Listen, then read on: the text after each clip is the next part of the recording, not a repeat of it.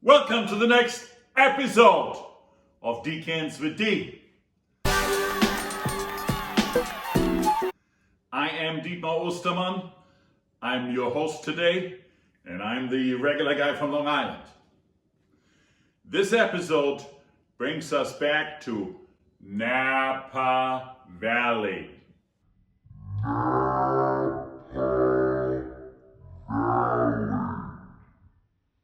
Napa Valley, as you know, is one of my favorite wine regions in the world, if not the number one wine region for me. As some of you know who follow me, my team and I went to Napa Valley last week.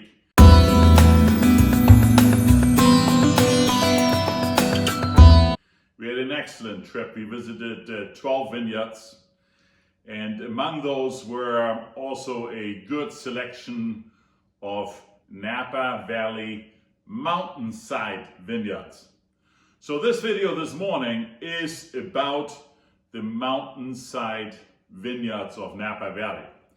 And the wine in those vineyards, it's clearly different from the wine that is grown down in the valley, because down in the valley you have a lot more heat.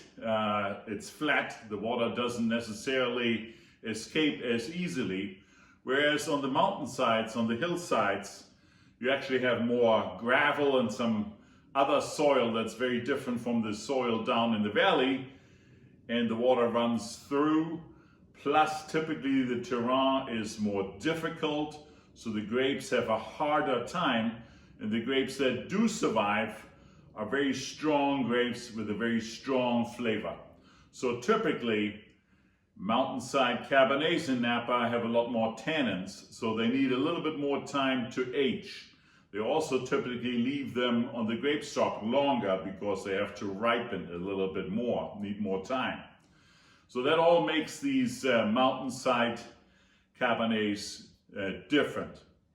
So I have here 4 Mountain Cabernets from Napa selected, but we will only taste one. However, I wanted to introduce the others.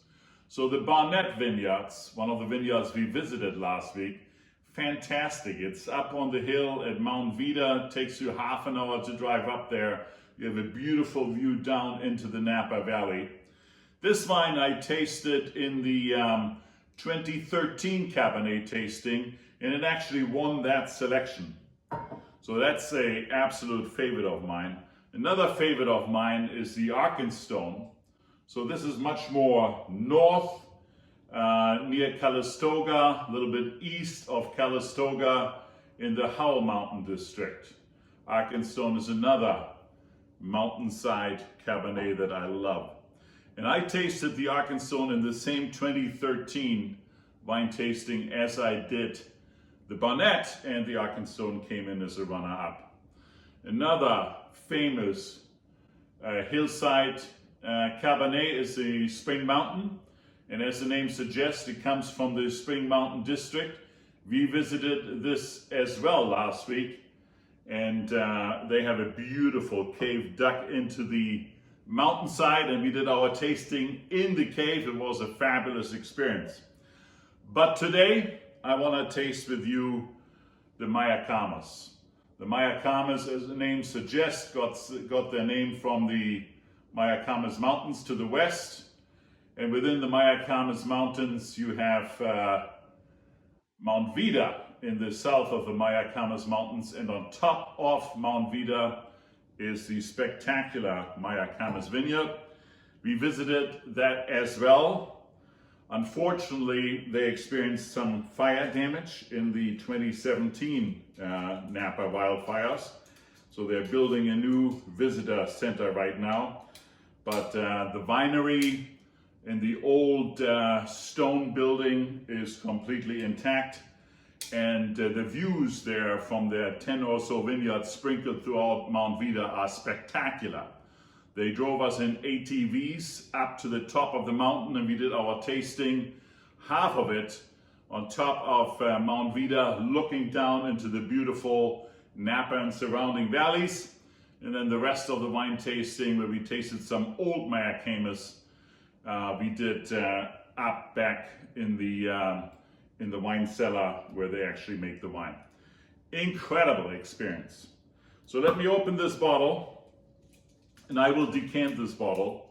For those of you who follow Mayacamas, they just are on a roll. They had back-to-back years in 2015 and 2016 with scores of 96 points at Wine Spectator. Both of these years, they made Wine Spectator's top 5 of the top 100 wines in the world. Back-to-back in 2015, which is the wine I'm tasting with you today, they were the number 2 wine in the world. So they are on a significant roll. Impressive. For the small little vineyard, they only make about 5,000 cases. So let me pour a little bit into this glass. Okay. So I love the label of this bottle, so I gave that already in my own mind a high score. The wine itself, not see-through, dark ruby red, elegant lines in the glass, suggesting decent alcohol and sugar content. The color is not necessarily great looking, but a little bit like what I would expect from a Moutain-Side Napa Cabernet. Check out the Mountain Hillside Cabernet. Let's give it a sniffy sniff.